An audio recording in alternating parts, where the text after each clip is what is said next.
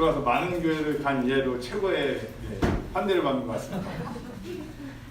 아주 또 교회 왔는데 이제 송 목사님 뵙고 사모님 뵈니까 정말 하나님께서 또 귀한 목사님 보내주셨구나 하는 생각이 들 정도로 딱 목사님 뵙는 순간 진짜 목사님이다. 네.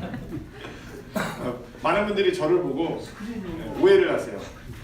제가 필리핀에 있을 때 머리를 좀 짧게 깎았었거든요. 어머니가 급구 반대하시는데 반삭발을 했다가 교회는 또 형제들밖에 없다 보니까 어디 카페 가서 차 마시는데 어디서 깡패 하나 들어왔다. 네, 제가 이렇게 저를 모르시는 분들도 계시잖아요. 저는 온누리교회 출신입니다. 예, 이 교회에서 가장 많은 형광등을 깬 사람이 제가 아닐까 싶습니다. 가장 많은 형광등, 유리창, 문, 각종 민원을 가장 많이 만들었던 사람이 바로 저입니다. 예, 그래도 하나님의 은혜로 또 이렇게 서서 하나님의 말씀을 나누는 부족한 사람을 이렇게 세워주는 것이 정말 큰 은혜고 하나님의 특권인 것으로 생각이 됩니다. 오늘 함께 나누실 말씀은 요한복음 2장 13절에서 19절 말씀입니다. 우리가 익히 잘 알고 있는 말씀입니다. 제가 설교의 제목을 이성전을 헐라라고 그랬는데 영어로는 헐라 철거하다 할 때 데몰리션이에요.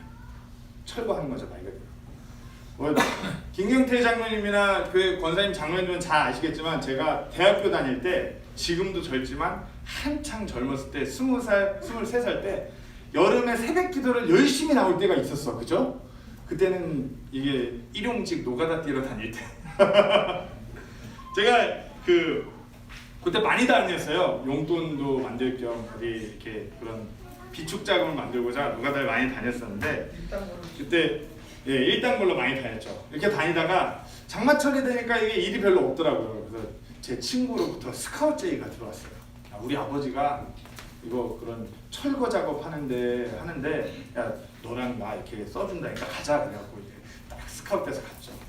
그래서 보통 그래서 갔던 게 공장 이제 시내 중심가에 있는 으리으리한 공장 같은 거 철거하는 작업 같은 거 하러 갔어요. 그래갖고 저희는 그냥 시키는 대로 열심히 들어다 날리고 하는데 이제 공장 골조 남겨놓고 큰 기계가 그 안에 있는데 기계를 빼내기 전에 골조랑 지붕을 뜯어내야 된다고 하더라고요. 그러면서 이제 어떤 특수한 아저씨들이 들어오기 시작하더라고요. 무슨 특수부대 같이 고글 같은 거 이렇게 딱 하고 이렇게 총 같은 거 하나 들러매고 이렇게 통을 하나 끌고 이렇게 들어오시는 분들이 계셨어요. 이분들은 다름 아니라 이게 공장 이렇게 타고 올라가서 작업하시는 분들이야. 이게 튈 수도 있으니까 눈으로 튈 수 있으니까 고글이랑 옷 같은 걸 다 이렇게 입고서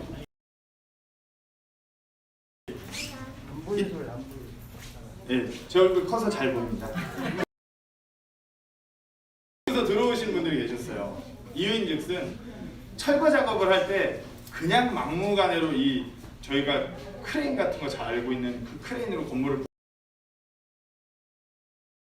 설프게 부셔갖고 또 철거만 힘들기 때문에 설계도대로 계획을 해서 골조 하나하나 미리 산소 절단기로 잘라놓고 그렇게 철거를 하더라고요. 똑같아요. 우리 삶에서 예수 그리스도의 거룩한 전으로서 우리가 바로 세워져야 돼요. 근데 문제는 이래요. 세워져야 되는 그 자리에 예수님이 주인 되시는 그 전으로서 우리가 세워져야 되는데 그 자리에 딴 게 세워져 있어요. 이것을 우리가 온전히 잘 끄집어내지 않는다면 거룩한 성전을 세울 수가 없는 것이에요. 그렇기 때문에 오늘 말씀을 통해서 한번 정말 우리 안에 정말 어긋나고 잘못 세워진 그 성전을 허물기 원합니다. 그 철거 작업이 온전히 되어야지만이 하나님께서 원하시는 그 거룩한 전으로 우리가 세워질 수 있는 것이에요. 오늘 본문 말씀의 배경을 조금 말씀드리겠습니다. 예수님께서 공생애, 즉 공적 사역 기간에 이 땅에서 3번의 유월절을 보내셨어요. 그렇죠? 그리고 오늘이 이 본문 속의 그 유월절이 요한복음 2장이니까 아무래도 첫 번째겠죠. 첫 번째 유월절이에요. 그리고 첫 번째 유월절에 성전에 오셔갖고 뒤집어 엎어버린 거예요. 난리가 난 거예요. 한번 생각해보세요. 이렇게 예배 시간에 갑자기 누가 한 명이 들어오더니 와서 뭐 피아노를 엎어버리고 이 마이크 다 던지고 의자를 뒤집어 엎는 거예요. 지금 상황이. 예수님께서 그 첫 번째 유월절에 그리하신 거예요. 유월절이 무슨 절기죠? 이스라엘 백성들이 출애굽 이집트의 속박으로부터 하나님의 놀라운 은혜와 역사를 통해서 출애굽한 것을 기념하고 그 놀라운 하나님을 기억하는 절기예요. 그와 같은 때 예수님께서 성전에 오셔서 쑥대밭을 만들어주고서 하신 말씀이 이 성전을 헐래요. 내가 사흘 안에 다시 세울 거니까 이 성전을 헐라. 우리 그 요한복음 2장에서 이렇게 보면은 성전이라는 단어가 14절에서 더 템플하고 19절에서 디스 템플이라고 두 단어가 나와요. 근데 우리가 이렇게 문맥을 잘 읽어보면은 이 두 성전이 서로 다른 성전인 걸 보게 돼요. 여기 14절에 보면은 그 성전 안에서 할 때는 더 템플이에요. 19절에서는 이 성전이라고 그럴 때는 디스 템플. 이게 보면은 제가 원어 이런 거 별로 좋아하지 않는데 원어 자체로 단어가 틀려요. 14절의 템플에서는 하이에론이라는 외형적인 가시적인 그런 어떤 눈에 보이는 듯한 성전이고요. 19절에서는 나오스라는 헬라어로 이것은 그 포괄적인 의미의 성전인 것이에요. 단순히 가시적인 눈에 보이는 성전이 아니라 예수님께서 성전이라고 말하는 그 정확한 의미의 성전을 말씀하시는 것이에요. 예수님께서는 이 성전을 헐라고 말씀하실 때 예루살렘 성전을 유대인 종교 지도자들한테 야, 이 건물 오래됐으니 이 건물 다 철거시키고 이제 새로 세워 이 말씀을 하신 게 아니에요. 그 성전 안에 하나님을 경배하겠다고 모인 그 유대인들 안에 잘못된 그 경배 성전, 그 어긋나버린 하나님이 없는 그 성전, 그것을 너희들 안에 있는 그 성전을 헐라고 말씀하신 것이에요. 오늘 한번 생각해 보세요. 과연 우리가 하나님의 거룩한 성전이라고 그러는데 우리는 온전히 세워진 것 같나요? 우리가 거룩한 전으로서 매일 이렇게 하루하루 세워져 나아가야 된다고 그러는데 우리는 과연 예수님이 만약에 지금 오셔서 우리를 보셨을 때 어떠셨을까? 한번 생각해 보시나요? 오늘 한번 그 성전에 대해서 이 유대인들의 그 잘못된 그 성전, 허물어야 하는 그 성전이 어쩌면 우리의 모습이에요. 우리가 하나님의 말씀을 통해서 한번 그 성전을 우리 안에서 발견하고 우리가 그것을 하나하나 허물어버리는 시간이 되기를 간절히 소망합니다. 아멘. 첫 번째로 그 허물어야 되는 성전은 주인이 없는 성전입니다. 주인이 없는 성전. 자, 유월절은 우리가 너무나 잘 알아요. 유월절만 되면 유대인들이 막 누룩 없는 빵을 만들고 온 곳에 그 누룩이 없게끔 해요. 왜죠? 누룩이 죄를 상징하기 때문에. 작은 빵 부스러기 하나도 허용하지 않아요. 그리고 이제 모든 유대인들이 예루살렘 성전에 모여서 이 하나님을 경배하고 하나님을 기억하기 위한 그 절기를 지키기 위해서 모여들죠. 그러면서 사도 요한이 하나님의 영감으로 이 요한복음을 기록할 때 13절에 뭐라고 그러죠? 유대인들의 유월절이 가까이 오네. 유대인들의 유월절이라고 말하고 있어요. 유대인들의 유월절은 누구의 유월절이죠? 하나님의 유월절입니다. 주의 유월절입니다. 근데 유대인의 유월절이라고 성경 기록이 되는 것이에요. 즉 주님의 유월절이 아닌 유대인들의 유월절, 본질적으로 다른 유월절이라고 말하는 것이에요. 구약의 말씀들을 조금 찾아보자면 출애굽기 12장 14절에서는 이날은 너희에게 기념일이 될지니 너희가 이날을 너희 대대로 주를 위한 명절로 지키고 어느 날죠? 유월절이에요. 레위기 23장 5절에 첫째 달 14일은 저녁은 주의 유월절이에요. 신명기 16장 1절에서 아비벌을 준서여 주의 하나님께 유월절을 지키라. 누구의 유월절이요? 주 하나님의 유월절이에요. 근데 사도 요한은 이것을 유대인의 유월절이라고 말하고 있어요. 때문에 이 유대인들의 유월절에 이 성전에서 이들의 그 경배, 이들의 그 절기를 지키는 모습은 종교인들의 모습인 것이에요. 주인 대신에 하나님이 없으신 것이죠. 구약 말씀에 어찌 보면은 뭐 유월절을 지키라고 하니까 이들은 자신들의 전통과 잘 그걸 지켜왔어요. 근데 지금 이 시점에서 예수님께서 봤을 때는 이들은 이것을 통하여서 어떤 인간들의 전통, 자신들의 배를 불리고 하나님이 주인으로 하나님이 중심돼서 드려져야 되는 절기가 하나님이 없으신 것이에요. 한번 생각해 보세요. 그와 같은 절기, 막 누룩을 다 없애는. 근데 지금 예루살렘 성전 안에서 동물들을 팔고 환전하는 환전 상인들이 누굴 것 같아요? 유대인이 아니라 이방인들이었어요. 유대인들이 그렇게 부정하게 여기는 이방인들이 성전 안에 들어와서 그 종교 지도자들의 오더를 받아가고 판매를 하는 거예요. 환전을 하는 것이에요. 이 성전에서 모든 일들을 이끌던 자들은 종교 지도자, 산헤드린 의회의 지도자들과 사두개인들이에요. 성경대로, 문자적으로는 성경대로 했다고 말할 수 있죠. 모든 것을 구약의 말씀에 근거해서 그렇게 순종했다고 말할 수는 있어요. 근데 예수님께서 그들의 속 중심을 보시는 것이에요. 예수님께서 오셔서 이들은 사두개인들은 산헤드린 의회는 구약의 말씀에 의해서 우리가 이렇게 유월절을 이 성전에서 지키고 있다고 얘기하지만 예수님께서 그들의 중심을 봤을 땐 그 중심에 하나님이 안 계신 것입니다. 그 중심에는 자기 자신들이 주인된 성전의 모습이기 때문에 예수님께서 뭐라고요? 이 성전을 헐라고 말씀하신 것입니다. 말씀대로 한다면서 말씀의 주체는 없고 인간의 머리로 말씀을 빙자해서 자신들의 유월절, 유대인의 유월절을 지키고 있는 모습인 것이에요. 한번 돌이켜 생각해 보세요. 우리 대한민국의 전 세계에서 십자가가 제일 많은 나라예요. 미국의 목사님들이 와서 저녁에 서울 한 바퀴 돌면 깜짝깜짝 놀라요. 빨간 십자가가 하도 많아가지고. 근데 어떤 거야? 그와 같이 많은 교회들이 온전히 주 하나님 주인 되시는 교회로서 하나님이 중심 되시고 하나님이 드러나는 교회로 그와 같은 경배, 그와 같은 그리스도인으로 드려지고 있을까요?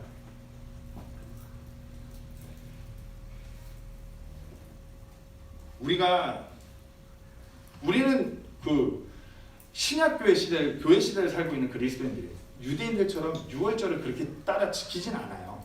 하지만 우리 매일의 삶에서 그 놀라운 은혜의 하나님, 위대한 하나님을 우리가 기억하고 경배해야 되는 것이 마땅한데 마치 우리는 어느 순간에서부터인가 썬데이 크리스찬이에요. 주일 하루만 교회 왔다 가면 마치 그것이 다 되는 것이 마냥. 어찌 보면 우리 안에 성전에 어찌 보면 주인이 비어 계시는 것 같아요. 매일 우리가 매일의 삶 가운데서 매일 하루하루 순간순간마다 성령님과 함께 동행하는 삶으로서 우리 주 하나님을 높이는 거룩한 희생물로서 드려져야 되는데 삶에서는 그런 게 없어요. 유월절 영어로 패스오버라고 해요. 패스오버. 되게 쉬운 영어예요. 지나가다 오버 위로. 패스 지나가다 위로. 유월절이니까 유월절 그 문 앞에 이거 이렇게 발라놓으면은 그 죽이려고 왔다가 그걸 보고서 위로 넘어갔다 그래서 패스오버인 것입니다.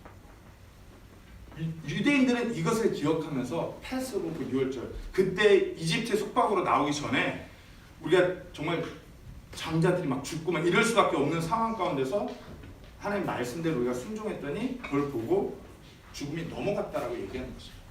우리도 똑같아요. 구원받은 그리스도인으로서 우리가 매일의 삶 가운데서 우리를 구원하신 우리 주 예수 그리스도를 기억하고 그분을 높이며 살아가야 되는데 얼마나 기억하시나?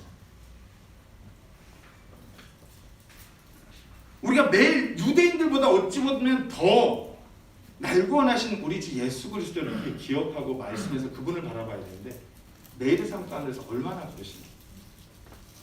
매일의 삶 가운데 우리가 말씀을 통하여 얼마나 그분을 만나시고자 소망하십니까? 우리의 성경 속에 먼지가 쌓여가고 있다고 생각하시지 않나요? 성경은 그분께서 주인 되시는 우리가 그분의 거룩한 전이라고 말씀하고 있습니다. 고린도전서 3장 16장 17절에 너희가 하나님의 성전인 것과 하나님의 영께서 너희 안에 거하시는 것을 너희가 알지 못하느냐. 누구든지 하나님의 성전을 더럽히면 하나님께서 그를 멸하시리니 하나님의 성전은 거룩하며 너희가 곧 그 성전입니다. 너희가 곧 성전입니다. 너희가 곧 아마 이게 우리 오늘교회에서 보는 개역개정 성경에는 너희가 그러하니라라고 이렇게 번역이 되어 있을 것 같아요. 근데 정확하게는 그러하니라 이게 두리뭉실한 게 아니라 우리가 그 거룩한 성전, 우리가 그 거룩한 교회인 것이에요. 교회가 이 장소가 교회가 아니잖아요. 우리가 교회잖아요. 우리가 그 거룩한 성전이에요. 우리가 그렇게 세워져야 되는 것이에요. 주인이 하나님이신 교회. 에베소 2장 21절에 그분 안에서 모든 건물이 꼭 맞게 함께 뼈대를 이루며 주 안에서 한 거룩한 전으로 자라가. 우리가 그 거룩한 성전으로 자라가야 되는 것이에요. 주인이 있는 그 성전. 한번 돌이켜보세요. 우리 삶의 주인, 우리의 주인이 주 하나님이셔야 되는데, 주님이셔야 되는데 얼마나 그리된 삶으로 살아가고 계십니까? 나 자신의 내 삶의 주인이 우리 주님이 맞나요? 우리 부부의 주인이 우리 주님이 맞나요? 우리 가족의 주인이 주님이 맞나요? 우리 교회의 주인이 우리 주 하나님이 맞나요? 이거예요.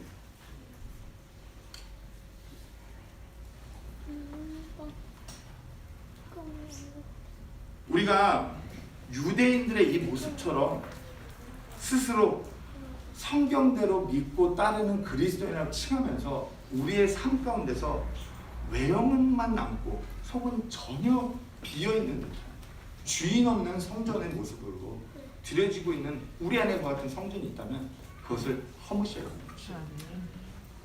스스로한테 물어보세요. 나 자신 내가 제일 잘 알잖아요. 내 삶의 주인은 과연 주님이 맞으신가?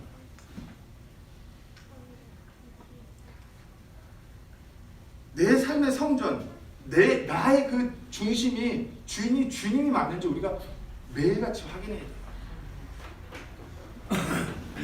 이 뒤에 이제 아웃라인 대지도 똑같은 맥락이에요. 삶의 주인 되시는 우리 주 하나님을 온전히 주인으로 모시지 않기 때문에 일어나는 모습들을 이제 조금씩 더 나눠보려고 해요. 예배가, 경배가 흔들리고요. 하나님을 방자해서 탐욕을 채우기 바쁘고요. 하나님을 두려워하는 것이 아니라 하나님 대하는 것이 가장 가벼운 준비가 없어요. 안타까운 모습이죠.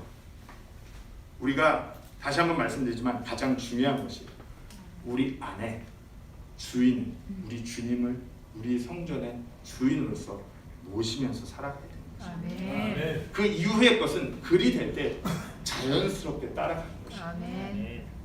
두 번째로 우리가 허물어야 되는 성전은 잘못된 예배의 성전, 잘못된 경배의 성전인 것입니다. 6월절 절기는 유대인들에게 말씀드렸다시피 가장 중요한 절기 중 하나예요. 가장 중요한 절기. 가장 그 위대하신 하나님을 1년에서 가장 높이 예배하고 경배하는 절기. 하나님의 그 놀라운 기적으로 이집트의 속박으로부터 구원하여 주신, 또 가나안에 입성하기까지 그 광야의 40년 세월을 놀랍게 인도하신 그 기적의 하나님을 기억하는 것이에요. 근데 이제 이 유대인들의 이와 같은 유대 6월절 절기가 어느 순간부터 완전 외형적이고 의식적인 예배가 되어버린 거예요. 매너리즘에 빠져버린 것이에요. 그냥 그저 전통대로, 관례대로, 작년에도 했으니까, 재작년에도 했으니까, 10년 전에도 했으니까, 제사장이 늘 그렇게 해왔으니까 그냥 전통만 껍데기만 남은 것이에요. 하나님의 말씀, 율법을 철통같이 지키는 그들의 경배는 어느 순간부터 그냥 의식적인 매너리즘에 빠진 그 같은 예배예요. 6월절에 멀리 다른 지역에서 와갖고 출석도장 찍고 가면 되는 거예요. 예루살렘 성전 와갖고 희생물 드리고 가면 돼요. 제사 드리고 가면 돼요. 그럼 끝나는 절기. 이게 어느 순간부터 유대인들의 6월절인 것이에요.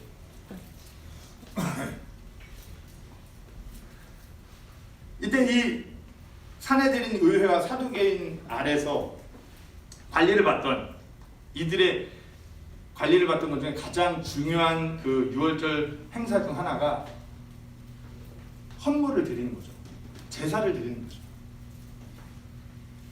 근데 이제 이 산헤드린 의회 사두개인들은 하나님 앞에 드리는 이 헌물을 통해서 엄청난 부를 챙기고자 합니다. 물론 구약의 말씀들을 인용했겠죠. 물론 이들의 상황이 로마의 속국으로 있기 때문에 로마 제국에 어마어마한 세금을 내야 되는 위치에 있었기 때문에 그럴 수밖에 없었다고 합리화를 할 수 있겠지만 그렇잖아요. 이 백성이 가장 높여야 되는 그 경배의 수단, 그 방법 중 하나인 제사, 희생물을 드리는 걸 통해서 장사를 하는 것이에요. 하나님을 예배하기 위해 오는 유대인들은 하나님을 기억하고 예배하기 위해서 유월절 어린 양, 그 예수 그리스도 어린 양을 예표하는 그 유월절 흠없는 어린 양을 준비해 갖고 와요. 고이. 그렇게 해서 하나님께 흠없는 어린 양을 드리는 것이에요. 흠없는 동물들을 번제 헌물로 드리는 것이에요. 근데 이들이 머리를 잘 써요. 아, 구약의 말씀을 보니까 먼 데서 흠없는 어린 양을 데리고 오다 보면 흠이 날 상황이 오니까 야, 먼 데서 오는 사람들 그러지 말고 우리가 이 성전 앞에서 팔게. 5만 원. 우리가 잘 해놓은 거 팔게. 5만 원. 그러면서 비싼 가격으로 팔죠. 그러니까 이제 또 화폐가 개념이 틀리잖아요. 먼 데서 와요. 화폐 개념. 야, 괜찮아. 돈 미리 준비할 필요 없어. 와, 성전에만 오면 우리가 다 바꿔줄게. 터무니없는 환율로 차액을 남기면서 환전해주는 환전상들까지 드리는 것이죠. 그러면서 어느 순간 이 유대인 종교 지도자들의 이와 같은 잘못된 예배, 형식적인 예배를 인간적인 방법으로 이용하면서 모든 유대인들의 예배마저도 정성스럽게 하나님을 높이기 위해서 어린 양을 준비하면서부터 그 하나님을 기억하고 그것이 사라진 것이에요. 여기서 제가 질문 하나. 제사는 누가 드릴까요? 제사장. 대부분 그렇게 알고 있죠. 근데 우리가 레위기의 말씀을 잘 살펴보면 제사는 그 속죄 헌물을 드리는 당사자가 드리는 것입니다. 당사자가 그 헌물에 안수하고 당사자가 그 헌물을 자르는 것이에요. 찢는 것이에요. 당사자가 그 피를 보면서 기억하는 것이에요. 하나님의 놀라운 은혜. 이것이 우리에게 있어서는 그 어린 양의 피가 우리 주 예수 그리스도를 상징하는 것이기도 하고요. 이와 같은 그 유대인들의 하나님을 향한 경배가 완전히 매너리즘 의식만 하는 것이에요. 다들 편하게 생각하는 거죠. 야, 뭐 어린 양 못하러 준비해. 성전 가면 다 팔아. 야, 그 예루살렘 화폐에 맞춰서 뭘 환전을 해. 성전 가면 다 바꿀 수 있어. 이와 같은 유대인들의 모습, 이와 같은 예배의 모습, 경배의 모습이 현재 우리 교회의 경배의 모습은 아닌 거예요. 예배를 드린다는 영어 단어가 뭐죠? 하민님 영어 공부하던데. 예배. 아, 몰라요. 너무 어려운 단어인가? 월십이라고 해요. 월십. 그죠? 월십이라고 하잖아요. 월십의 단어를 분해하면 이래요. 월십이에요. 가장 귀한 것을 십 보내드리는 것이에요. 예배의 간단한 의미는 가장 귀한 것은 하나님께 드리는 것이에요. 그게 경배고 그게 예배인 것이에요. 구약에서 히브리어로는 그 경배라는 단어가 아바시라는 히브리어로 누군가를 경배한다는 뜻이고요. 헬라어로는 프로스쿠네오, 발 앞에 키스를 한다는 것이죠. 가장 낮아져서 귀한 그것을 표현한다는 의미입니다. 우리가 섬기고 높이는 그 대상 앞에 우리 자신을 낮추고 존귀하게 가장 귀한 것을 드리는 것이 예배라는 것이에요. 우리가 단순히 주일날 이 예배 시간에 와서 이 시간만을 예배드리는 것이 아니라 우리가 매일의 삶에서 그렇게 가장 귀한 것을, 내 삶을 우리 저 하나님을 위해서 드리는 삶을 살아가는 것이에요. 나를 구원하신 우리 주님을 기억하며 그분만 높이고자, 그것을 기대함으로 그렇게 매 순간순간이 우리의 경배를, 우리의 예배를 드려져야 되는 것이에요. 어떻게 그와 같은 합당한 예배로 우리 삶이 드려지고 있나요? 또 우리 온누리교회가 섬기시는 분들이 너무 많은 거예요. 찬양대도 아무것도 염려하지 마라. 우리 세부침례교회 형제들한테 되게 은혜가 참 됐을 것 같아요. 그쪽 동네는 난리가 아니거든요. 생존이거든요. 자랑스러운 대한민국에 계시는 분들은 코로나 많이 힘들네. 필리핀은 지금 상황이 완전 틀려요. 대통령 대변인이 확진됐고요. 대통령궁 경호실에서 126명이 확정됐어요. 그 대통령이 모든 업무를 안 해요. 하루에 15,000, 12,000, 10,000명 확진자 나오고 있고요. 이같이 이런 찬양으로 이렇게 또 섬겨주시고, 또 우리 조하찬 전사님 어린이 예배도 준비해 주시고, 목사님 사모님 또 교회 전체적으로 또 이렇게 섬겨주시고, 우리 아버지 어머니도 교회를 이렇게 또 섬겨주시고 장로님도 일찍 오셔서 권사님도 오셔서 다 어찌 보면 교회 전체가 다 섬기시는 분들이에요. 어떻게 그렇게 섬기시는 우리 지체들 매주가 무엇보다도 하나님만을 온전히 높여서 드리는 예배로 경배로 그렇게 드려주셨나요? 아멘. 예수님께서 어떻게 예배하라고 그랬죠? 예배할 때가 오나니 많은 분들이 신령과 진정으로 예배한다고 그래요. 왜냐하면 개역개정 아마 2판인가 그때 신령과 진정을 했는데 4판 나오면서 이거 번역 잘못했다고 영과 진리로 제가 기록해요. 맞죠? 지금 성경책 아까 펴봐서 확인하니까 영과 진리로 바뀌었는데 이미 너무 오랜 시간 동안 신령과 진정으로 예배드린다고 성경에 그렇게 쓰였다 보니까 다들 그게 입에 뱄어요. 근데 신령과 진정으로 드린 예배는 어디 무당한테 가도 신령과 진정으로 더 진지해요 그 사람들. 그리고 도박장에서 이번에 터지기를 바라는 이 사람들 더 진지한 마음으로 막 간절한 마음으로 막 들고 이렇게 이래요. 더 진정으로 예배드리는 사람들 모습이에요. 우리가 성경에 나와 있듯이 요한복음 4장 23절입니다. 그러나 참되게 경배하는 자들이 영과 진리로 아버지께 경배할 때가 오나 어떻게 영과 진리로. 조금만 더 들여다보면은 영과 진리로 예배드린다는 것은 우리가 예수님을 인격적으로 만난 그리스도인들은 그 안에 성령님께서 내주하십니다. 즉 다시 말해서 구원받은 그리스도인들이 진리로 하나님의 말씀 안에서 그분을 높여 경배하는 것이에요. 때문에 예배 시간에 안 믿는 사람들이 당연히 와있죠. 그 사람들이 복음을 듣고 구원받는 것이 하나님께서 가장 기쁘게 받는 희생물이십니까? 그와 같이 영과 진리로 예배를 드려야 되는데 한번 생각해보세요. 가면 갈수록 교회 안에 영과 진리로 드려진 예배가 희미해져요. 혹시 시크릿 센시티브 처치라는 말 들어보셨나요? 구도자를 위한 예배, 구도자를 위한 교회. 안 믿는 사람들이 교회를 많이 오기 위해서 교회가 좀 변해야 된다고 그런 바람이 많이 불고 있어요. 그래서 그런 교회의 특징이 요즘에는 그 젊은이들을 위한 그런 구도자 교회 보니까 모든 벽면을 LED로 설치해갖고 사이키를 놓고 연기를 뿜어내는 걸 놓고 요즘에는 이제 밴드도 아니고 EDM이라고 그러더라고요. 띠띠띠띠띠띠띠띠 예수 이런 예배예요. 그리고 그런 그 구도자를 위한 시컬 센시티브 철치의 특징이 뭐냐면은 설교자의 설교가 20분을 넘지 않는데요. 그래서 온누리교회는 제가 보통 1시간씩 하거든요. 저를 설교단에 세운 걸로 봐서 절대 그 교회가 아닌 게 확실합니다. 갈수록 영과 진리, 구원받은 자들이 정말 나를 구원하신, 나를 주관하는 그 주님의 은혜로 말미암아서 감격하여서 내 입술의 고백으로 찬양을 드리고 내 그 힘겨움을 기도로서 아버지께 구하고 말씀에 반응해서 내 자신을 드리는 내 삶의 가장 귀여운 시간과 헌물을 아버지께 드리는 그 같은 예배가 사라져가요. 유대인들의 이 모습과 똑같아져 가는 것이에요. 요한복음 4장의 배경은 유대인들의 가장 경멸하는 사마리아인에게 말씀하신 거예요. 예수님께서. 유대인들이 사마리아인들이 지나간 길로는 가지도 않는다는 그 사마리아 여인한테 예배는 이렇게 드리는 거라고 말씀드리는 거죠. 어디 장소, 어디 교파, 어디 구애받는 것이 아니라 구원받은 그리스도인들이 영과 진리로 드리는 예배예요. 물론 그렇죠. 특히 대한민국이 너무 바빠요. 바쁜 일상을 살아가니까 주일에 교회 오는 것만 해도 너무 힘든 거 사실이에요. 어려워요. 근데 그렇다고 그렇게 어렵다고 해서 많은 분들이 내가 이렇게 바쁜 와중에 주일날 그래도 내가 아침 일찍 일어나서 교회 가서 예배 드렸어. 아우 잘했어. 신실했어.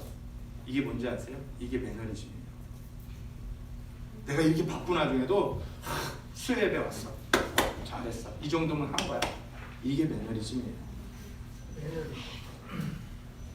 이거 어찌 보면 이 요한복음에서 사마리아 여인에게 예수님께서 말씀하신 경배는 그런 것을 넘어서라는 것입니다. 어느 장소에만 가야지 경배가 된다는 착각하는 자들에게 아니라고. 하나님을 향한 경배는 영과 진리. 물론 주일날, 주의 첫날 우리 구원하신 예수님을 기억하고 기념하여 드린 예배 중요해요. 하지만 더 중요한 것은 매일 우리의 삶이 하나님을 향한 경배로 드려져야 된다는 것이에요.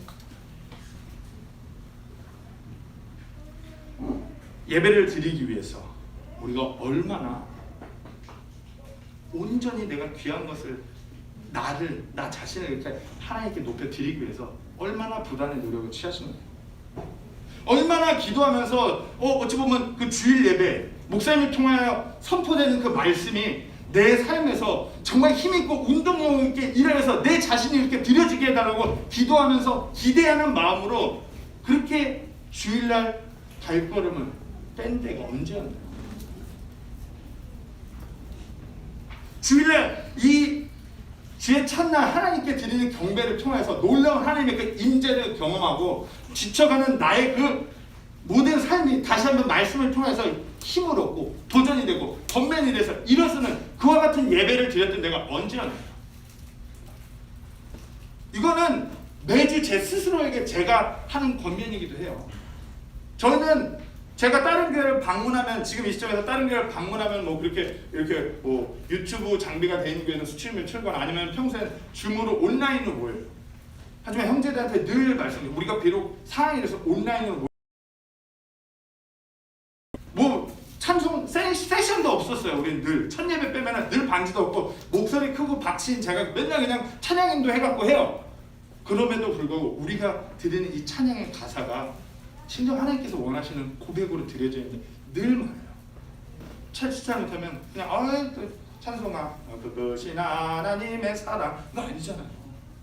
얼마나 크신 하나님의 사랑이에요. 하늘을 두루마리 삼고 바다를 먹물 삼아도 측량할 수 없는 기록할 수 없는 그분의 사랑이에요. 이와 같은 고백으로 우리가 그분의 그 은혜를 기억하면서 드리는 것이에요. 우리 사랑하는 오늘교회 성도님들, 주일날, 수요일에, 새벽에 이 의자 나와서 앉는 것이 예배가 끝이 아니에요.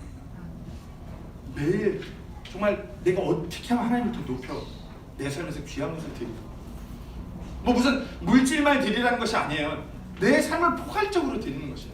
아버지께서 보시기에 합당한 그리스도인으로, 아버지께서 보시기에 합당한 남편으로, 아내로, 아버지로, 어머니로, 교회에서 섬기는 사람으로 그 모든 모습이 균형 있게 아버지께서 원하시는 모습을 드려지는 것이 합당한 예배인 것이에요. 내 삶의 예배가, 하나님 향한 나의 예배가 정말 매너리즘에 빠져 의식적인 형식만 남은 껍데기 예배가 그 같은 성전으로 그렇게 드려지고 있다면 그거 허무셔야 되지. 단편적인 예로 목사님 오늘 설교 끝났다. 오늘 점심은 뭐지? 매너리즘이에요. 오후 예배 너무 졸린데 오늘은 안 졸랐네. 매너리즘이에요. 교회에서 오늘 또 목사님 또 성ገብ이네라고 그러네. 제가 보니까 한 5만 원 있네. 오늘도 10만 원 있네. 매너리즘이에요. 교회에서 그와 같은 것을 할 때 얼마나 기도하고 간절히 이 작은 걸 통해 하나님께서 얼마나 놀라운 일을 단돈 5만 원 드린다고 본 일 있겠어요? 이거 아니에요. 하나님께서는 단돈 10원이라도 하나님께서 기쁘게 받으셔서 사용하시면 놀라운 일을 이루시는 하나님이세요. 우리가 얼마나 기도하면서 이렇게 드려내는 거죠. 우리 삶을 계속해서 살피셔야 돼요. 로마서에서 우리 삶이 하나님께서 받으실 만한 희생물로 드려져야 된다고 권면하고 있어요. 로마서 12장 1절에 그러므로 형제들아 내가 하나님의 긍휼을 힘입어 너에게 간청하노니 너희는 너희 몸을 거룩하고 하나님께서 받으실 만한 살아있는 희생물로 드리라. 즉 우리의 삶을 하나님께서 받으실 만한 삶으로 드리라는 것이에요. 세상적으로 세상에 동화되는 것이 아니라 세상이 말하는 그럴싸한 그리스도인으로 나아가는 것이 아니라 성경 말씀에서 말하고 있는 구원받은 예수 그리스도를 인격적으로 만난 그 그리스도인으로 그와 같은 삶을 살아가는 것이에요. 그리스도인, 제가 한번 말씀드린 적 있나요? 그리스도인은 요즘에는 그렇죠. 크리스찬 그러면은 주일날 양복 좀 입고 성경책 딱 끼고 오늘 교회 오면서 보니까 여기 또 서울이라 그런 분들이 많이 보이더라고요. 이렇게 가는 분들 크리스찬이라고 세상은 말해요. 근데 그리스도인이라는 그 단어는 안디옥에서 시작됐어요. 안디옥 지역에서 크리스티아노스, 그리스도의 종들, 그리스도의 개들, 그리스도의 완전 미친 놈들이라고 손가락질하면서 부르던 호칭이 크리스찬이에요. 그런 호칭이 크리스찬이에요. 좀 종교인의 그럴싸한 모습, 예배 좀 드리는 듯한 이와 같은 모습이 아니라 저 완전 미쳤어. 세상이 이런데 쟤는 왜 저래? 이게 그리스도인이에요. 우리가 그냥 어찌 보면 우리의 삶을 드린다고 하는데 좀 괜찮은 그럴싸해 보이는 그리스도인, 괜찮은 남편, 괜찮은 아내, 괜찮은 아버지, 괜찮은 어머니, 사회생활하면서도 괜찮아 보이는 직원, 이거 아니에요. 그저 그런 삶 아니에요. 만한 그 거룩한 희생물로 내 삶이 드려져야 되는 것이에요. 이것은 비단 무슨 선교사, 목사, 목회자, 직분을 맡으신 장로님, 권사님들만이 아니라 예수를 믿는 그리스도인이면 동일하게 해당되는 말씀인 것이에요. 예수님께서 이와 같은 성전을 헐라고 말씀하신 것이에요. 잘못된 우리 예배의 성전. 다음으로는 탐욕의 성전이에요. 탐욕스러운 성전. 앞서 쭉 말씀드렸죠. 6월절은 가장 큰 절기예요. 이 유대인들 종교 지도자들이 가장 많은 순례자, 가장 많은 방문객들이 오는 이 절기를 통해서 상업적으로 완전 대박을 낸 것이에요. 때문에 이 로마 제국은 이 6월달에 이렇게 유대인들이 절기를 지켜서 모이고 있는 것을 독려해요. 왜죠? 어마어마한 세금이, 로마 제국에 바쳐지는 세금이 이때 어마어마하게 나오거든요. 그거 막 독려하는 거예요. 세상이 막 완전 6월절을 막 독려하는 거예요. 거기 개중에 이방인도 뭐야 같이 가? 생각해보세요. 올림픽 하나만 유치돼도 세상에 그 경제적인 이익이 어떠면 떠들썩해요. 6월절 절기는 벌써 상상을 초월하는 것이에요. 근데 이와 같이 탐욕스러운 비즈니스적인 잘못된 생각이 어디서 나왔다고요? 소위 종교의 최고 지도자라고 하는 사두개인 산헤드린 의회와 사두개인으로부터 나온 것입니다. 그리고 거기에 앞장서 제사장들까지 합류한 것이고,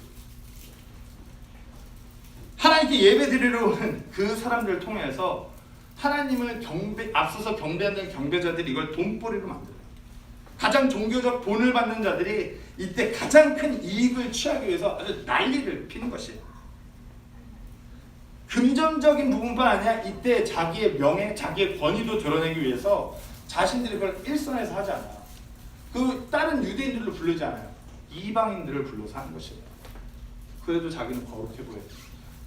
남들이 봤을 때 나는 종교적 지도자, 난 산헤드린 의회 모습이야, 나는 사두개인이야, 나는 제사장이야.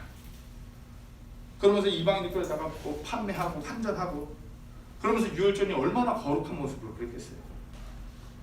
예수님이 오셔서 이것을 봤을 때 이걸 막 다 뒤집어 엎어버리시는 것이에요. 이들의 속중심은 하나님을 경배한다는 것은 눈꽃만큼도 없고 자기 욕심, 자기 배 채우기 바빠갖고 막 그렇게 하니 다 뒤집어 엎는 거죠. 노끈으로 채찍을 만들어서 막 동물들을 다 내쫓는. 혹시 하나님 앞에서 우리도 간판은 예수님, 간판은 우리 주님 걸고서 내 안에 욕심 채우는 삶으로 살아가는 거예요. 단순히 물질적인 것만 얘기하는 것이 아니에요. 내 욕심이 늘 앞서. 내가 하고 싶은데, 내가 원하는 대로, 내가 원하는데, 내가 원하는 방법으로 하나님이 이렇게 해주세요. 야고보서 1장 15절에 그런즉 욕심이 잉태하면 죄를 낳고, 하나님 앞에 아무리 작은 욕심이라도 내 거 찾는다면 그것이 죄를 낳는 것이라는 거죠. 하나님께서 모든 것을 공급하셨고 나의 모든 소유가 하나님 것이라는 것 같은 고백이 분명하신가요? 예수님이 주인 되시는 교회, 그 교회가 분명하신가요? 네. 정말 이 부분에 있어서 우리가 좀 욕심이 아니라 하나님의 것을 하나님께서 돌려드려야 돼요. 물질뿐만 아니라 내 시간, 내 노력, 내 능력, 내 달란트, 내 가족, 내 부부, 이런 모든 것들이 다 하나님께 그렇게 드려져야 되는 거죠. 자원하여서 우리가 너무 많은 부분에서 이 욕심을 버리지 못해요. 그냥 어찌 보면 헌금도 많은 부분에서 그렇다고 뭐 어느 목사님은 하나님을 시험해 보래요. 이번에 사업 앞두고 장로님 이번에 한 사업 앞두고 2억 먼저 하나님께 드리십시오. 하나님 시험해 보세요. 되나 안 되나 한번 2억 먼저 드려봐요. 돼요. 이거 하나님께서 말씀하신 성경에 어디에도 기록되어 있지 않은 헌금의 원리예요. 누가 돈 드리는 걸로 2억 먼저 내고 하나님 시험해 보래요. 하나님께서 모든 것을 공급하신 내 모든 것이 하나님 것이 감사한 마음으로 그분께 드리는 거지 무슨 뭐 하나님 보험이에요? 자판기예요? 모든 일이 내 뜻대로 이루어지기 위해서 일종의 보험? 자판기 잡고 넣듯이 뭐 단순히 물질뿐만 아니라 배우자를 예로 들까요? 우리 아내가 있으니까 하나님께서 제게 돕는 배필로 저를 돕는 배필로 최유미 자매를 저한테 이렇게 부부가 될 수 있도록 보내주셨어요. 그러면 하나님께서 내게 허락하신 아주 귀한 선물인 것이 내가 아주 내 삶 가운데서 짊어지고 가야 될 가장 귀한 근데 이거를 하나님께 그렇게 감사하면서 이런 남편으로서 내가 그렇게 세워주게 이런 삶을 되는 것이 아니라 내 뜻대로 내 방식대로 내 아내가 그렇게 움직이기만 원해요. 내 뜻대로 내 욕심대로. 예를 들면 이거예요. 남편이 아침에 일어나면 국이 식었어. 야, 아내가 돕는 배필하면서 이거밖에 못해? 이거 아니잖아. 내 아내가 영적인 상태는 어떤가? 얼마나 하나님만에서 잘 나아가거든요. 그것도 그런 걸 찌를 때는 잘 겸손하게 사랑하면서 잘 모든 것이 대화하고 소통하면서 나아가는 거예요. 단편적인 일이에요. 자녀들을 예로 들자면 이게 가장 어찌 보면 우리 대한민국 부모들이 자녀가 가장 그런 것 같아요. 내 욕심. 어떻게 양육하는지 제가 예를 보여드릴까요?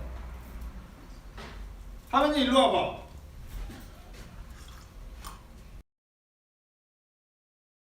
진짜 건강에 좋은 물이야. 마셔. 마셔. 진짜 좋은 물이야. 네. 아니 자녀만 그럴까요? 많은 부분에 있어서 그래요. 내가 경험해 보니까 이게 맞는 것 같아요. 이게 좋은 것 같아요. 억지로 잡아다가 늘려버려요. 어떻게 될까요? 싫다고 그래요. 왜 대한민국 다음 세대가 그렇게 다 쓰러져 가냐고요? 우리가 그 놀라운 하나님의 은혜로 뭐 한강의 기적이라고 정말 그 부흥의 물결이 일어나면서 한국이 막 올라왔어요. 하나님을 경험했어요. 주체할 수 없는 이 하나님을 전해야 돼. 근데 정말 이건 정말 좋은 거야. 너가 이걸 먹어봐야 돼. 이거 경험해보면 너 정말 이렇게 해서 이게 아니라 야 일로 와. 이거 진짜 좋은 거야. 이런 식으로 막 갖다 넣는 식. 이게 우리 욕심이잖아요. 물론 하나님께서 우리에게 자녀를 잘 양육하라고 우리에게 책임이 있는 건 맞아요. 근데 우리 욕심대로 내가 봐온 대로 내가 보니까 크리스찬들은 저렇게 스카이 정도는 가야지 딱 되는 스카이 보내는 것을 완전 몰두해요. 대학교 안 가면 어때요? 아니 뭐 밖에 나가서 삽 좀 푸고 모래 좀 날르면 어때요? 뭐 이상하게 생각하시는 것 같아요. 그러니까 그리스도인으로서 잘 자라면 되지. 영어 한마디 못하면 어때요? 제가 다시 한번 말씀드리면 우리 아들은 미국 시민권이 있으면서 영어를 못합니다. 영어 좀 못하면 어때요? 부모가 자꾸 욕심부려요. 내 뜻대로, 내 방식대로. 똑같아요. 교회는 어떤가요? 교회도 우리 교회 뭐 이 스타일대로, 우리 교회 전통대로 이거 아니에요. 하나님 말씀대로. 예수님께서 말씀하신 대로. 하나님 원하시는 그 뜻대로 나아가는 것입니다. 세상이 이렇게 가는데 말씀대로 하면 어리석은 아니요. 세상이 이렇게 갈수록 말씀대로 하는 것입니다. 마지막입니다. 우리가 그 같은 우리 욕심, 탐욕의 성전을 허물어 보시고 마지막으로 준비 없는 그 예배의 성전을 허무셔야 되는 것입니다. 어찌 보면 이 본문 상황 속에 모든 유대인들은 말씀드렸다시피 경배 그거 하나를 드리기 위해서 근데 성전 안에서 이렇게 장사판이 벌어지면서 손바닥도 마주쳐야 소리 난다고 이전과는 비교할 수 없을 만큼 편해졌어요. 그냥 형식만 나갔어요. 그리고 전혀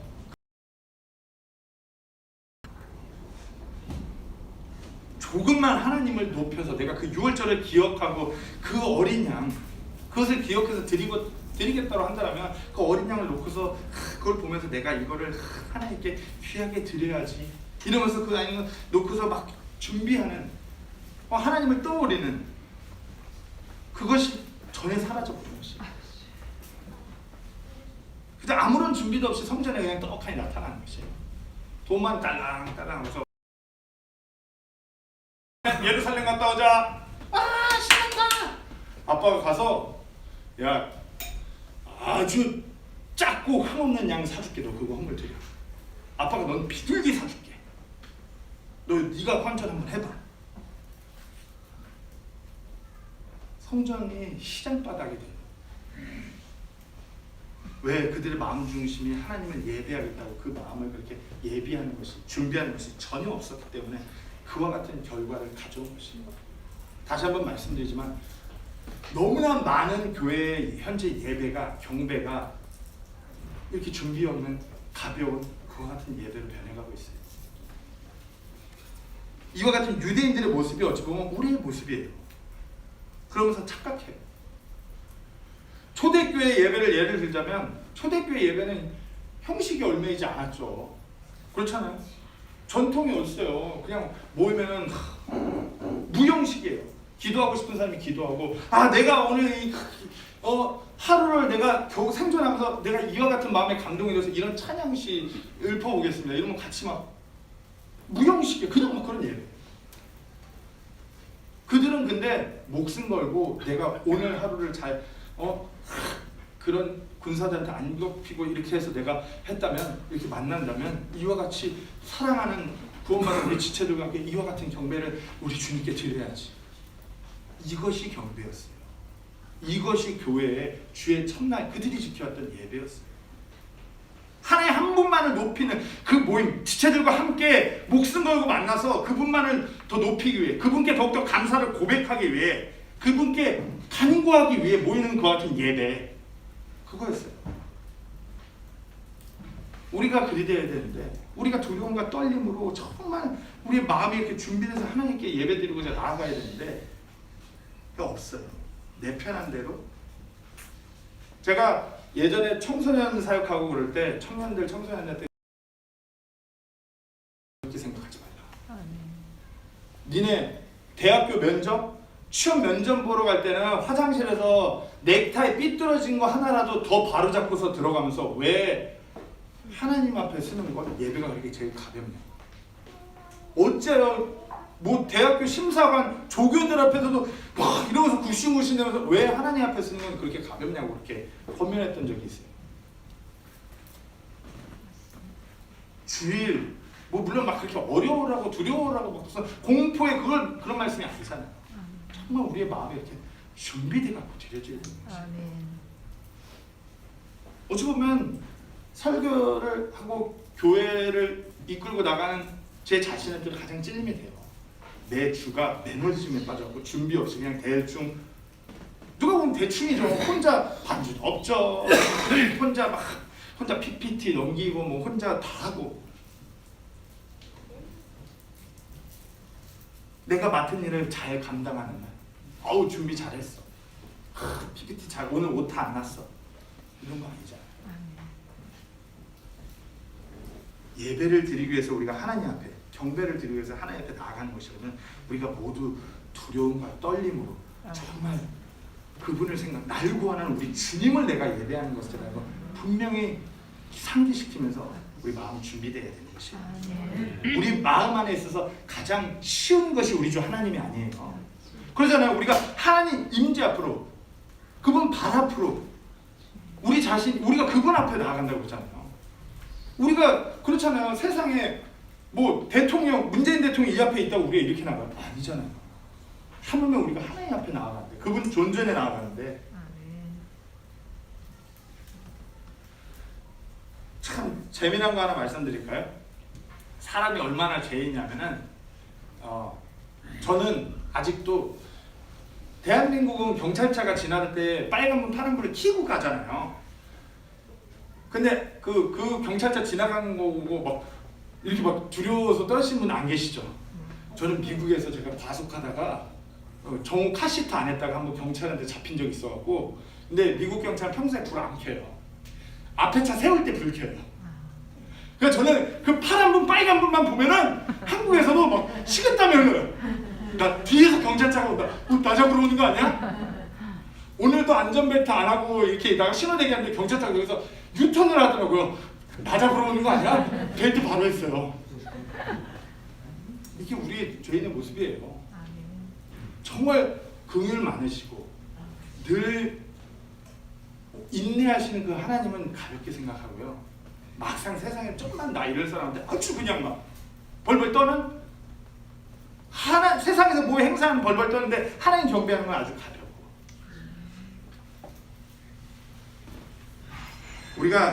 우리 하나님께 드리는 그와 같은 예배, 경배를 위해서 내 자신을 매일같이 자복시키고 무릎 꿇리고 회개하며 하나님 앞에 기도하며 내 삶을 그렇게 드려지도록 말씀 안에서 뿌리내리도록 계속 무너뜨려야 되는 것입니다. 우리가 정말 그와 같은 성전들이 우리 안에 있다면 그것을 다 헐어버리셔야 돼요. 제가 사진 2장 한번 보여드릴게요. 보이시나요? 네.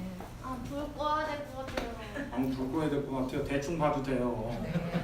나중에 두바이 가서 봐요. 저 제일 큰 거. 두바이 부르즈 할리파라는 건물이 전 세계에서 가장 높은 건물이래요. 건축 비용이 1조 7천억 원이 들었고요. 160층이래요. 롯데타워가 좀만 더 컸으면 이길 수 있었는데. 높이가 829.4m예요. 대단하죠? 네. 그 옆에는 세상에서 가장 작은 건물, 교회예요. 캐나다 나이아가라 옆에 1969년 기네스북에 등록된 정확하게 6명이 실제로 예배드리는 교회예요. 한번 생각해 보세요. 우리 안에 잘못된 성전이 너무나 높게 세워져 있고, 누가 봐도 그럴싸하게 세워진 성전이라고 할지언정 잘못 세워져 있다면 저 크고 높게 견고하게 대단하게 세워진 성전이라 하여도 우리가 무너뜨려야 돼요. 그리고 우리가 아무리 봐도 너무 쬐끄맣고 사소하고 보잘것없는 그 작은 내 안의 성전이라 할지라도 다르게 세워져야 돼요. 때문에 우리가 정말 저와 같이 의리의리해 보일지언정 우리가 차근히 내 삶을 돌아보면서 내 안에 정말 주인 없는 빈 껍데기와 같은 성전 허무시고, 내 그 탐욕의 성전 허무시고, 잘못된 경배, 준비 없는 경배 그 성전들 다 허무셔야 돼요. 우리가 그렇잖아요. 예수님께서 마태복음 10장 18절에 지옥의 문들이 이기지 못한 교회가 우리라고 했어요. 사망의 권세들이 감히 넘볼 수 없는 그와 같은 거룩한 성전 교회가 우리라는 것이에요. 우리가 진정 잘못된 그 같은 성전들을 예수님 말씀하신 대로 허물고 진정 올바른 교회로 세워지는 우리 모두가 되기를 간절히 소망합니다. 아멘.